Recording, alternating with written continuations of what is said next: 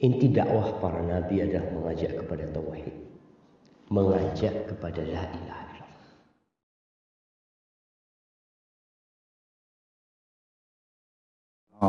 Bagaimana pandangan Bang Haji tentang musik itu haram? Jadi di dalam kaidah usul fikih ada dikatakan al-aslu fil muamalati al-ibahah illa ayadul dalilun ala tahrimiha. Hukum asli dari muamalah adalah ibahah, boleh. Kecuali ada hal-hal yang mengarah kepada keharamannya. Apa itu muamalah? Tentunya di luar ibadah. Muamalah misalnya main bola, main catur, main musik, itu muamalah. Al-aslu fil muamalati al-ibahah. Jadi asli dari hukum muamalah itu boleh. Ya.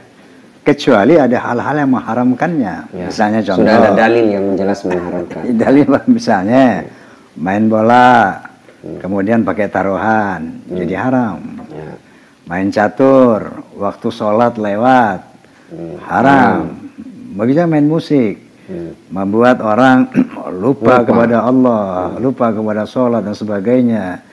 Erotisme, kemudian lirik-lirik yang merusak, karena the power of music itu can change character human beings. Musik itu bisa merubah karakter seseorang, bisa menjadi baik, bisa menjadi buruk. Nah, mohon maaf Kiai, saya pernah membuat satu paper di Amerika waktu itu. Saya diundang ke sana dalam rangka International Conference on Islam and Popular Culture in Indonesia and Malaysia. Nah, di situ ada kurang lebih 9 negara. Semua buat paper. Paper saya berjudul Music is a Medium for Information, Communication, Education, Unity, even dakwah. Nah, saya beri contoh di sana bahwa the power of music itu can change character human beings. Saya berikan contoh di situ. Ada seorang dosen bahasa Inggris di Universitas Erlangga Surabaya. Saat itu kita lagi syuting Menggapai Matahari di Surabaya. Lagi isoma, break sholat makan. Tiba-tiba datang satu sosok menghampiri saya. Dia bawa tas itu. Anda Roma Irama? Saya bilang betul. Langsung dipeluk. Dia peluk. You are my teacher. Langsung dia bilang gitu. How you can say that? Saya dosen bahasa Inggris di Universitas Erlangga sini. Dia bilang. Kenapa Anda bilang saya guru Anda? Banyak langkah hidup saya terinspirasi dari lagu-lagu Anda. Bahkan banyak problem-problem saya, solusinya ada di lagu Anda. You are my teacher. Jadi dari sana saya katakan kepada teman-teman dosen, kamu harus dengar soneta. Nah, ini saya muat di paper saya tadi, bahwa sejauh mana efektivitas musik di dalam dakwah. Gitu.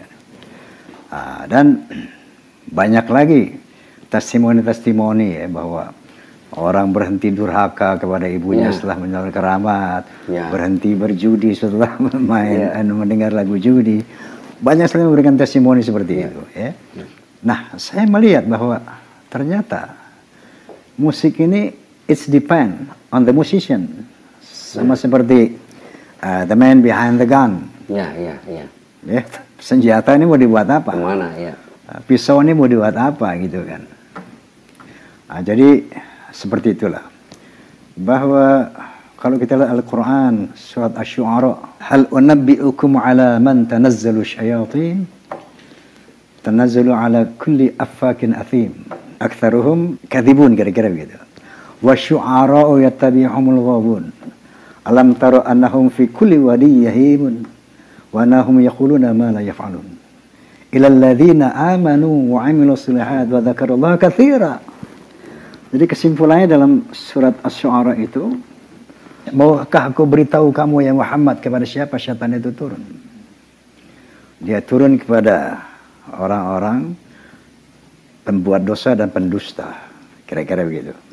Wasyu'ara'u yatabihumul ghawun. Para penyair itu yatabihumul ghawun. Dia diikuti oleh orang-orang yang sesat. Alam tara annahum fi kulli wadi yahimun. Tidakkah kamu melihat mereka berjalan turun di lembah-lembah? Wa annahum yaquluna ma la yaf'alun. Mereka mengatakan sesuatu yang tidak mereka lakukan. Ilal ladzina amanu wa 'amilus shalihat wa dzakarullaha katsira. Kecuali para penyair yang beriman, yang beramal saleh dan banyak mengingat Allah Subhanahu wa taala. Jadi kira-kira begitu pengetahuan soal musik ini.